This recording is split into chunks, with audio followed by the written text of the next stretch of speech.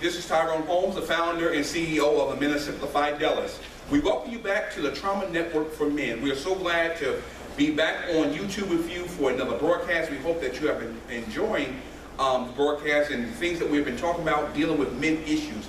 It is very, very important to us here at MSF that we address men issues, because we as men, we do not talk about our problems, we don't talk about our situations, and then when things get out of hand, the first thing we know to do is explode either in violence or just go crazy, buck wild. That's what we do as men. So we're hoping that these videos are helping you and touching your life in some way, shape or form. Whether it could be your son, it could be your husband, some man in your life, women, whatever it could be, we're here to help you. So we hope that you use this means of social media to get the word out to other men that you know that may be hurting, and young boys that may be hurting, or just get in contact with us. And we'll give you all that information at the end of our broadcast to let you know how you can contact us if you want to talk about your situation or problem and you want it to be confidential. We're here to help you. All right, we're back again. Our brother Josh McCarty is back with us. It's good to have you, brother Josh. It's good to have him. Brother Dwight is not here with us this evening. He's having some family problems. We're going to pray for him, and also brother Emmanuel is not with us tonight either. He's having some family issues as well. So, but we're not going to give up. You know, the scripture tells us where there's 2 or 3 gathered together in his name, he shall be in the midst. And we're going to continue to push the videos out and continue to do what we can here to encourage you. You know, Josh and myself, we always talk, you know, it's always, you know, he asked me, he was going to a little situation. He said, Brother Tyrone, I'm going through I'm still struggling with these issues, and I'm here to help him. So I told him, he said, when I came in tonight, he said, Brother Tyrone, did you forget what I asked you? I said, have I ever let you down? Never do. I'm a man of my word. If I say I'm going to do something, I'm going to do it. If I don't say it, that means I'm not going to do it. So we try to be men of our word here at Simplified Dallas and try to do the best we can to help one another. Okay, tonight we're going to get back into our message that we left off on last week.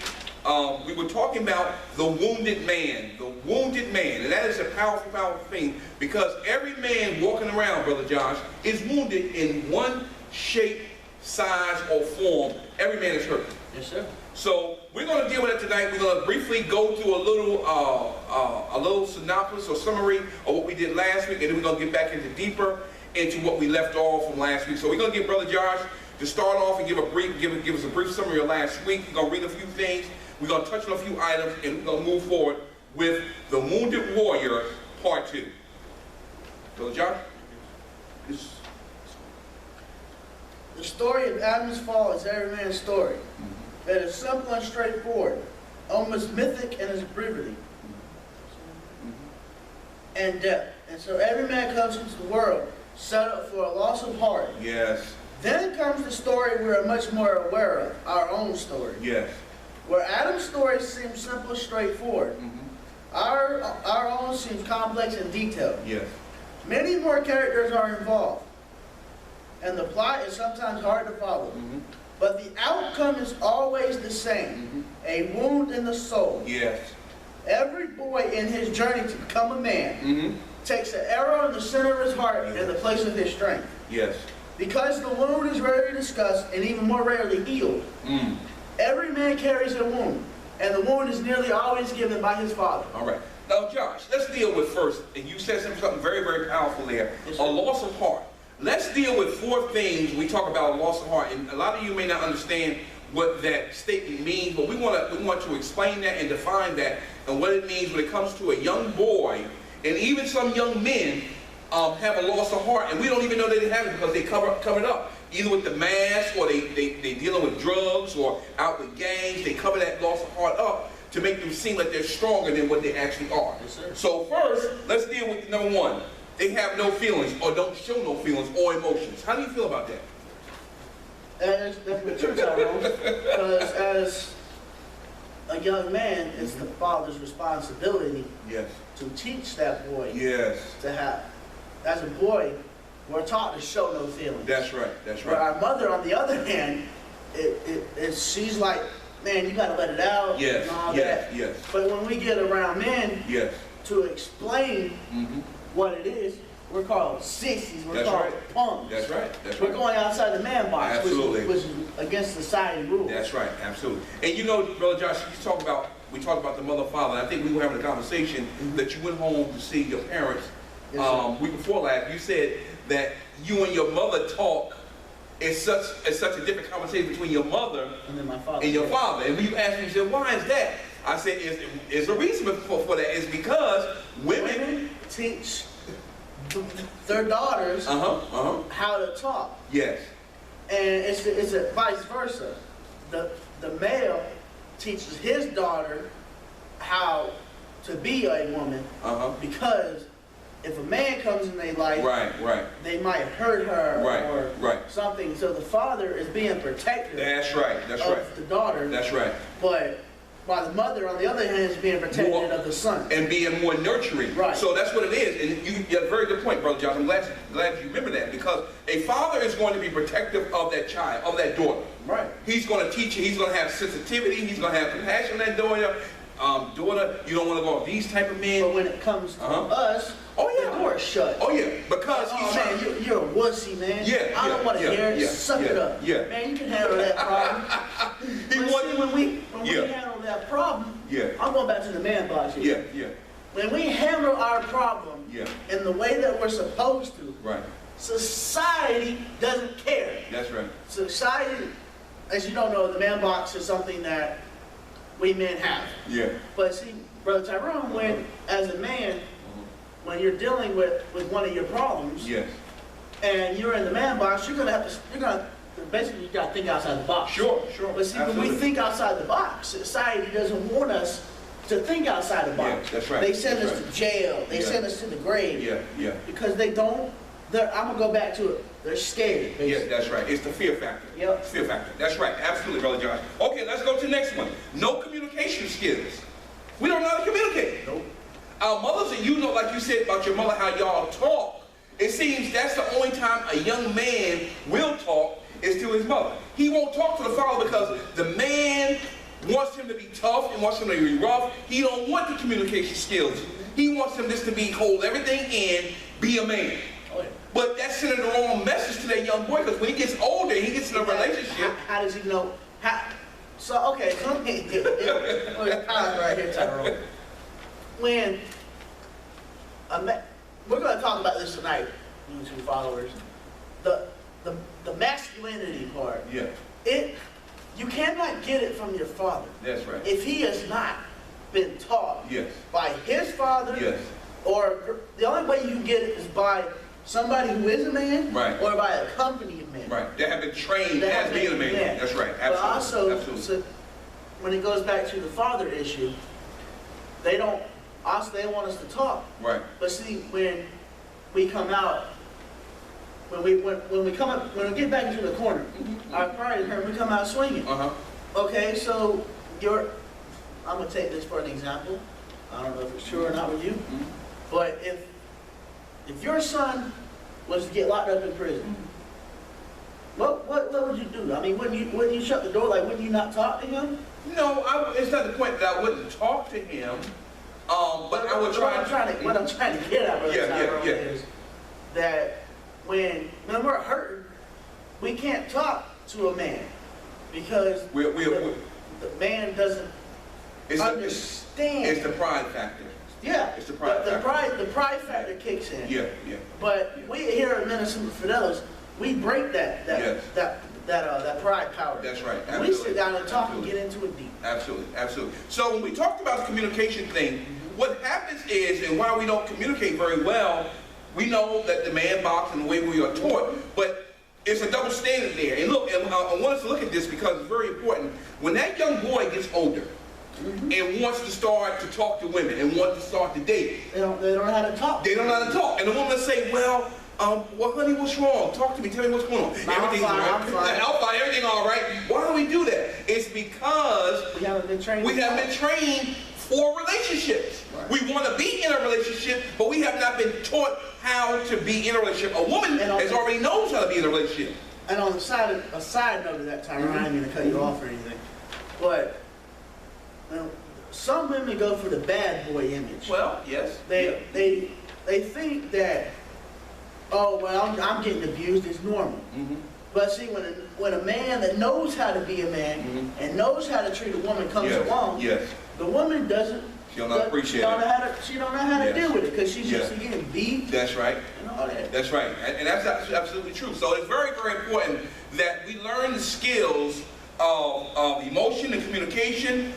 We just talked about poor relationships because we have not been trained to get into a relationship. You know, every job out there in the world that you go to, you got to be trained for. If it's going to be a bus driver, if it's a policeman, if you're going to work at McDonald's, they train you for that job. But when it comes to a relationship, who trains you to be in a relationship?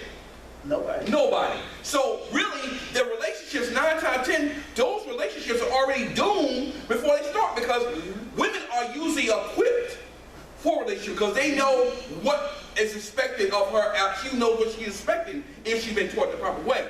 But on the man's side, he comes in not knowing anything because all he's doing is thinking with his other head. That's all he's thinking about.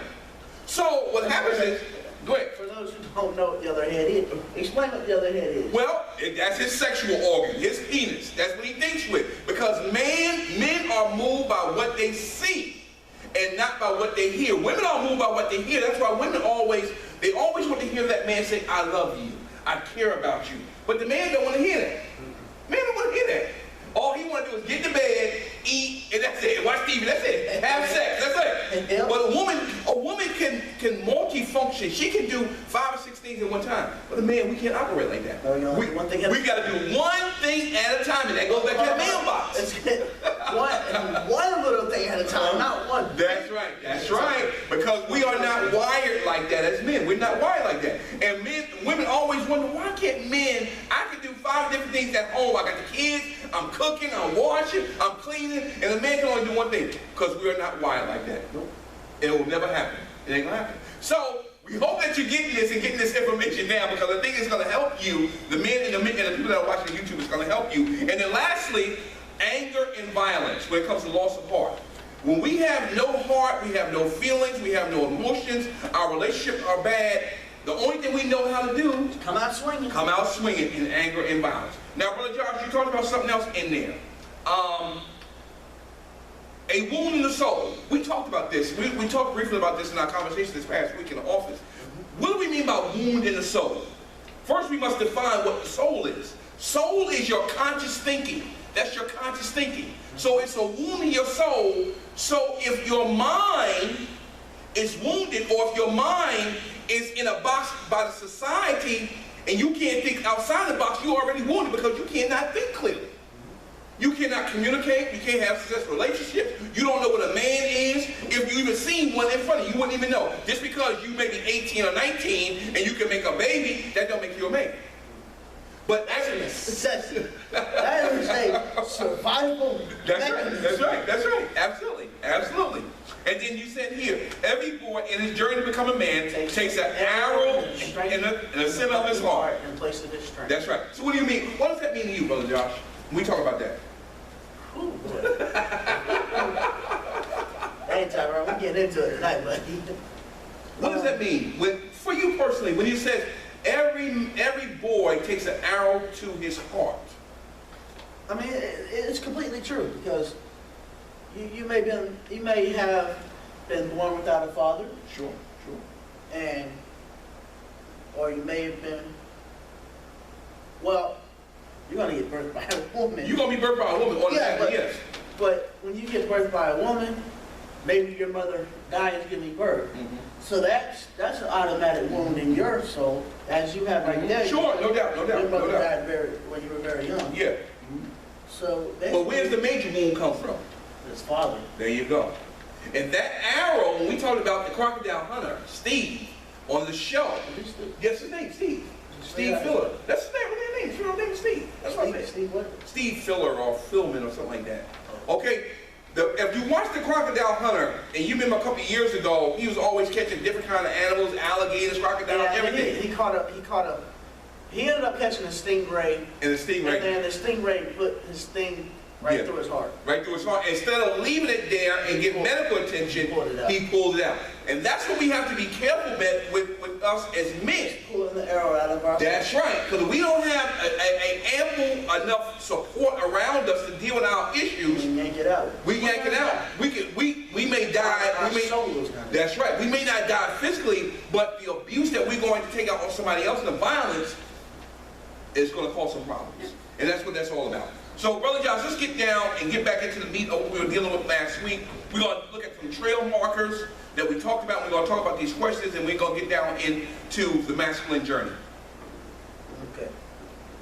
Every boy has two questions. Yeah, that's fine. No, that's we use that. Fine. Every boy has two questions. What are they, Tyrone? Do I have what it takes? And am I powerful? Those are two powerful questions. Right there, brother. Now, I understand.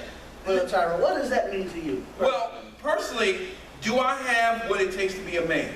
And I'll be honest, no, I don't. Because I wasn't trained. Even to this day, 52 years old, still don't know. Now, some of y'all may be, you say, well, how can you not know how it is to be a man? You're 50-something years old. The point of it is, if you have not literally been trained to be a man, then you're not going to know. Now, I will say this. Since I started this organization a little bit over almost 5 years now, we have learned how to be men together. We have learned how to open up to each other. We have cried together. We have shared. Now, by doing that, we learn how to be men together. If you want to trust our heart and soul to another man. There you go. Strength, stability, and accountability. There you go. That's right. Each friendship is not based on competition against one another. That's right. That's right. But it gives us friends to complete it. Well, say that again, Brother Jackson. Say that loud so they can understand what you just said. What part? What you just said. The whole thing? Yeah, what you just said. Hold on, but we have to have trust one another. Yeah, we have, as Minister Fidelity's brothers, we made a vow. That's right. Which, in case you don't know what a vow is, it's a promise. That's right. That's right. So, when okay, I gotta think of it. Give me a second. Take your time.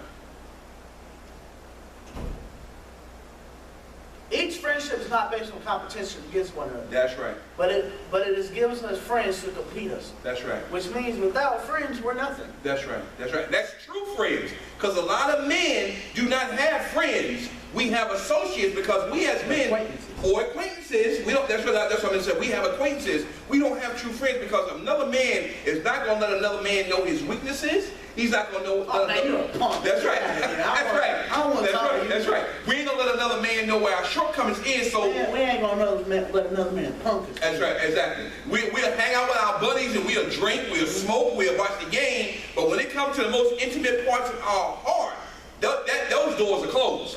And those doors ain't going to open. So when you ask that question, do I have what it takes? I'm getting better at it because of us being in this organization, and now I can pass it off to my grandson because over the years and being in the ministry over 30 years, and I want to say this because I think let me explain for you, Tyrone. Because I really want to say being a minister for Tyrone in churches, y'all don't talk about this. That's right. This is a place where we get into the meat of things. That's right. The pastor, he may talk about something there. Salvation. That hits you at the moment. Yes. But it really doesn't it doesn't really go with you. That's right. Like what we do here. Right. What we do here, it stays with us. That's right. That's right. And whatever talked about in this meeting stays in this meeting. That's right. That's right. That's right. And that's so true because I've been in the church over 30-something years, been in ministry 30 years. And a lot of stuff, all the biblical stuff, all the principles, the things that I've learned when I was in seminary, all those things are good to get saved, but we still need help as men. We want the church wants men to come to church and get saved. The woman wants her man to come to church and get saved. The wife wants the husband to come and the parents want their children to come. But the key is, once you get the men to church, what do you do with them then? Yeah, they'll join an organization here, they'll join an organization there, but what happens... Does it really help them? Yeah, but what happens is, when that man goes through hell and high water, who can he call? Who he going to call? Who he going to call? And he's called a preacher. Sometimes that's true, because sometimes when a man opens up and tells his business, the next thing he knows, it's all around. It's all over the church. And you know, 9 out of 10, that man will say, I ain't gonna be at church. They talk all my business and what I'm gonna get this money.